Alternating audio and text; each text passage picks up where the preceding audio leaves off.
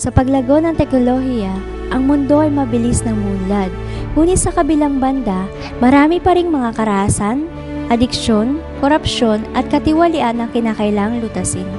Sa paglutas ng ganitong problema, ano kayang klaseng puso ang kinakailangan ng mga kabataan na gagabay sa ating kinabukasan? Ang International Youth Fellowship na naitatag noong 2001 ay naikala sa 80 bansa. Ito ay isang global youth organization na nagpapalago ng mga leader ng kinabukasan. Sa nakaraang 10 taon, ang IYF ay nagdala ng ihip ng pagbabago sa mga kabataan sa pamamagitan ng programang nakabase sa Kristyanismo.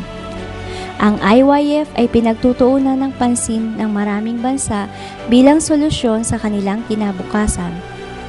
Ang IYF ang magbubukas ng mundo na may iisang puso kung saan may kaligayahang makibahagi.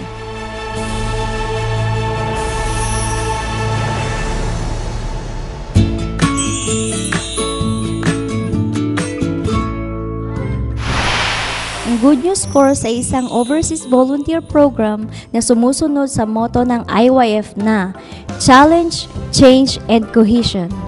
Sa ngayon, 4,000 mga estudyante na ang naipadala sa 80 bansa. Sa pamamagitan ng Good News Course, isang kabanata ng ugnayan sa iba't ibang bansa ay nabubuo. Dahil sa maiging pagsasanay, sila ay natututo ng malakas na puso, pasasalamat, pagsasakripisyo at higit sa lahat ang mundo ng puso. Ang kanilang tulong ay di nasasayang hanggang sa liblib na lugar ng Africa at squatter ng India. Ang mga miyembro ng Good News Course ay napapangiti tuwing inaalala ang natatanggap nilang mas malaking pag-ibig kaysa sa tulong na kanilang ibinigay. Hanggang sa araw na ito, sila ay lumalago bilang isang tunay na leader ng hinaharap na handang ibigay ang sarili sa iba.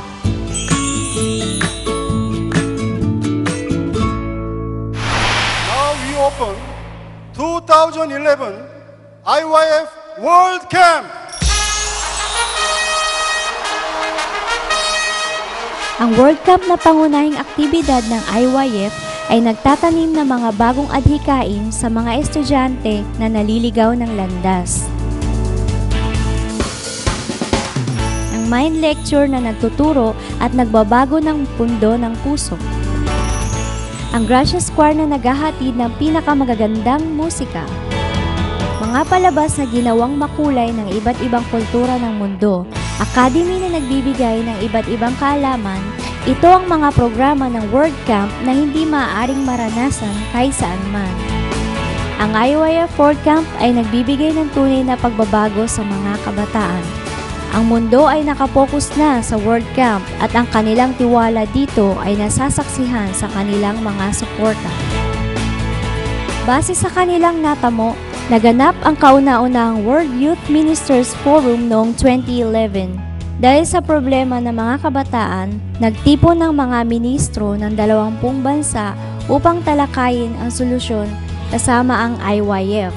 Sa pamamagitan ng IYF World Camp, nabuo ang kauna-unahang international network para solusyonan ang problema ng mga kabataan.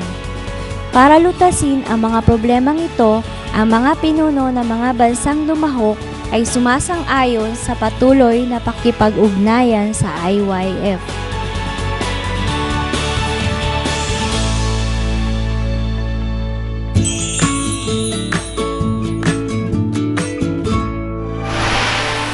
Ang Gracious Choir na nangangahulugang pasasalamat ay ang opisyal na choir ng IYF. Sila ay tinanghal na kampiyon sa 2009 Jeju International Choir Festival, 2010 Busan International Choir Festival at itinanghal bilang pinakamagaling na choir sa buong mundo. Ang kanilang musika na pinuno ng pasasalamat at pag-ibig ay umaalingaw-ngaw sa puso ng mga nakikinig.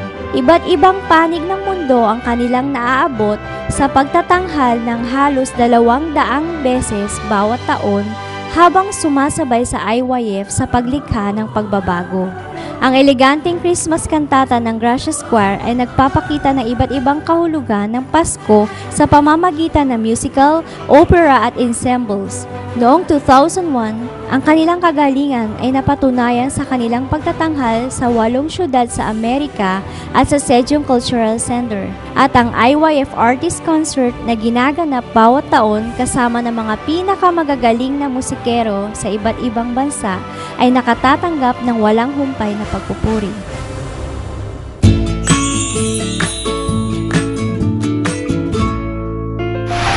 Isa pa sa mga volunteer program ng IYF ay ang Good News Medical Volunteer Program. Ito ay nagsimula sa munting pusong tumulong sa mga taong nagdurusa dahil sa sakit at kahirapan. Ang Good News Medical Volunteer Program ay nagsimula sa 7 miyembro noong 2008 at ito ay lumago bawat taon hanggang sa pagtulong sa 30,000 na mga pasyente sa Africa at Haiti noong 2011.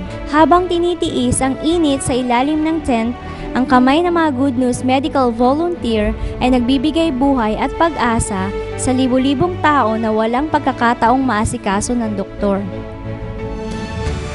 Ang pag-aaruga ng Good News Medical Volunteer pati sa sakit at kalungkutan ng puso nila ay kumakalat sa buong mundo upang ihatid ang puso ng IYF.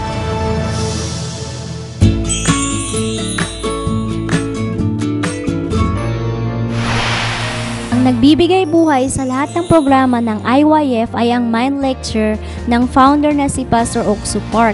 Ang malinaw niyang pagtukoy sa problema ng puso ay nagdadala ng alon ng pagbabago sa pagkakaroon ng bagong buhay. Noong 2009, siya ay naimbita upang magtalumpati sa pangunahing grupo ng kabataan sa China. Ang nilalaman nito ay nailimbag sa pamagat na Who Are You Who's Dragging Me? Ito ay naging bestseller sa kategorya ng self-improvement sa loob ng 7 sunod-sunod na linggo. Ang mga opisyalis ng iba't ibang bansa na nagtutuon ng pansin sa pagbabagong dinala ng kanyang mind lecture ay ipinagkatiwala ang kanilang kabataan kay Pastor Oksu Park at IYF. Sa pagkaranas ng mga pagsubok na higit sa ating kakayahan, tunay na pagbabago sa buhay ang makakamtan. Sa pagkakaroon ng tunay na diwa ng pakikutungo, ang IYF ay nagbubukas ng bagong kinabukasan. Ang IYF na may magandang pakikibahagi at pagsasakripisyo sa kapwa. Ito ang magliliwanag sa puso ng mga kabataan at magiging isang bituin upang buksan ang kanilang kinabukasan.